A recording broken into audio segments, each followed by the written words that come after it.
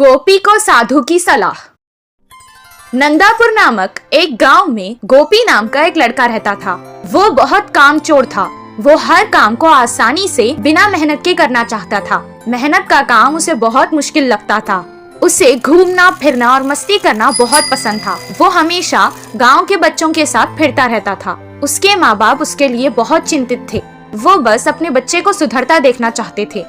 एक दिन उसे गांव में एक साधु मिला। साधु को गोपी के बारे में पता था। उसे सुधरने के लिए उसने उसे एक सलाह दी।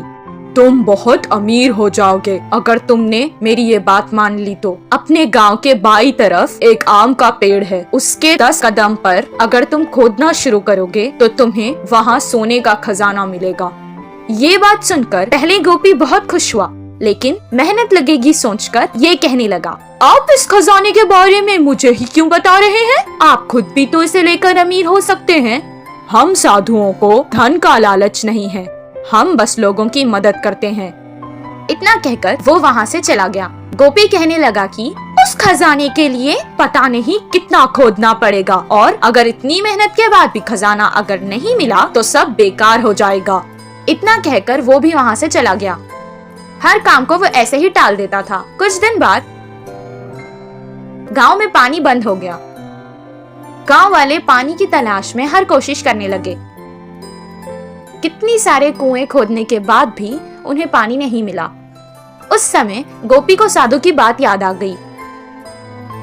मैं अगर इस बुरे समय में वो खजाना लेकर इस गांव से चला जाऊं तो आराम से रह सकता हूं, वो सोचने लगा और वहां से फावड़ा लेकर आम के पेड़ के पास खोदने चला गया।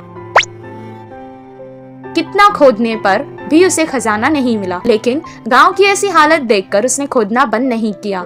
खजाना लेकर यहाँ से चला जाने की लालच में वो खोदता ही गया। 4 दिन तक खोदने के बाद उसके पैरों के नीचे उसे पानी महसूस हुआ। कुछ देर बाद उस घड़े में पानी भरने लगा। वो तुरंत उस घड़े से बाहर निकल गया। पानी कुएं की तरह उस घड़े में भर गया। इस बात का पता गांव में लगते ही सारे गांव वाले आकर उस कुएं को देखने लगे।